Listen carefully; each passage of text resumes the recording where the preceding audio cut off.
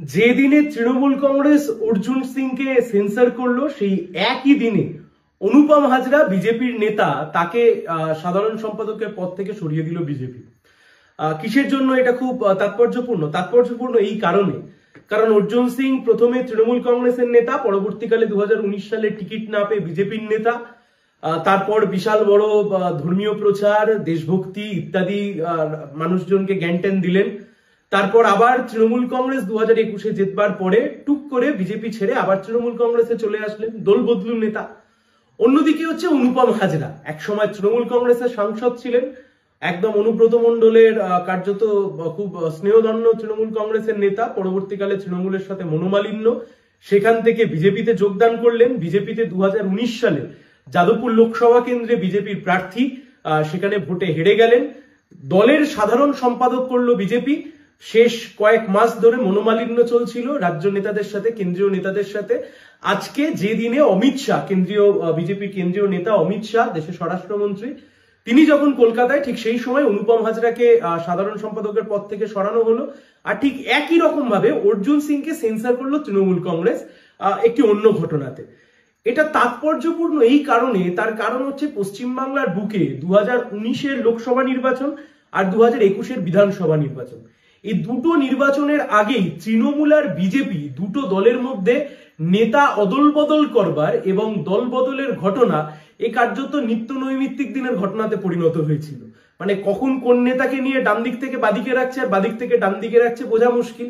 BJP 2021 সালে একটি মেলার আয়োজন করেছিল, যোগদান মেলা, যেখানে মুড়ি মুড়কির মতো তৃণমূল কংগ্রেসের নেতা যাদের বিরুদ্ধে বিজেপি অভিযোগ করত তারাই গিয়ে পরবর্তীকালে সেখানে গিয়ে যোগদান করত। আবার কি তাহলে লোকসভা ভোট আসতেই দল বদলের সেই পুরনো খেলা, বিজেপি এবং তৃণমূলের যে চেনা ছকের খেলা, যে একজন তৃণমূল থেকে বিজেপিতে যাবে আর বিজেপি থেকে তৃণমূলে আরেকজন আসবে, সেই খেলা আবার শুরু করলো এবং করার সময় চলে আসলো। কেন এই কথা বলছি? এই কথা বলছি খুব সাধারণভাবে, তার 2-3টে কারণ। 1 নম্বর কারণ হচ্ছে, আপনি দেখুন অনুপম হাজরা কিন্তু পুরনো দিনের বিজেপির নেতা নন। অনুপম হাজরা কিন্তু তৃণমূল কংগ্রেসের নেতা। অনুপম হাজরা কিন্তু তৃণমূলের সাংসদ ছিলেন, পরবর্তীকালে তিনি বিজেপিতে যোগদান করেন।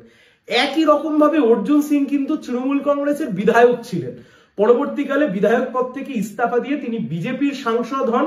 বিজেপির টিকিটে জিতে তিনি এখন তৃণমূল কংগ্রেসের, এখন বর্তমান সময়তে তৃণমূলের সাথে উনি রয়েছেন। মানে একদম হজবড়লো ব্যাপার।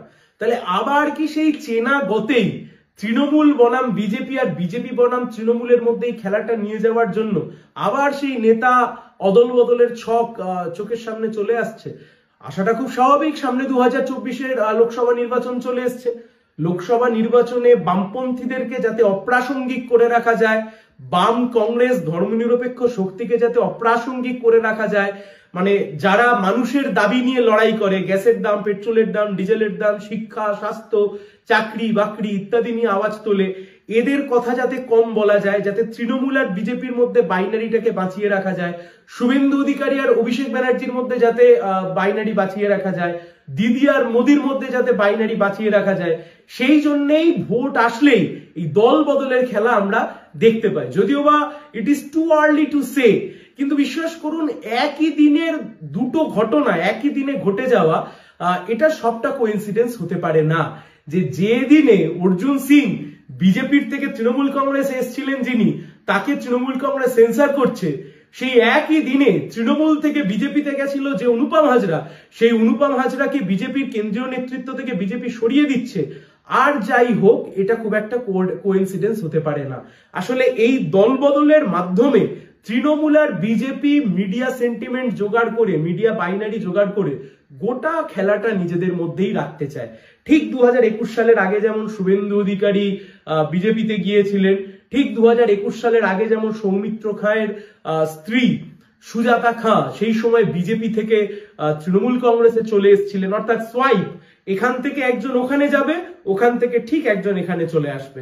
যেমন বাবুল সুপ্রিয়, যেমন মুকুল রায়, একের পর এক নেতার নাম আমরা বলতে পারি। এবং মজার বিষয় হচ্ছে অর্জুন সিং আর অর্জুন সিং এর ছেলে, অর্জুন সিং বিজেপি থেকে তৃণমূলে চলে এসেছেন বটে, কিন্তু অর্জুন সিং এর ছেলে শোনা যায় তিনি নাকি এখনো খাতায় কলমে বিজেপিতেই রয়ে গেছেন। ফলত 2024-এর লোকসভা ভোট দরজায় কড়া নাড়বার সাথে সাথে সেই পুরনো old wine in new bottle, অর্থাৎ সেই পুরনো মদ হচ্ছে নতুন বোতলে আবার নতুন করে বিজেপি আর তৃণমূল বাংলার মানুষকে আবার তার স্বাদ দিতে চাইছে। আবার দুদিন পরে হয়তো এই দল বদলের খেলা শুরু হবে, এ দল থেকে ও দল আর ও দল থেকে এ দল। মাঝখান থেকে মানুষের দাবি 2 কোটি বেকার যুবকের চাকরি, এসএসসি, টেট, দুর্নীতি, সারদা, রোজভ্যালি ইত্যাদি ইত্যাদি সব মাঠের মধ্যে গড়াগড়ি খাবে। কিন্তু বিশ্বাস করুন, তার হতে দেয়া যাবে না, একেবারেই হতে দেয়া যাবে না। সবাই ভালো থাকবেন।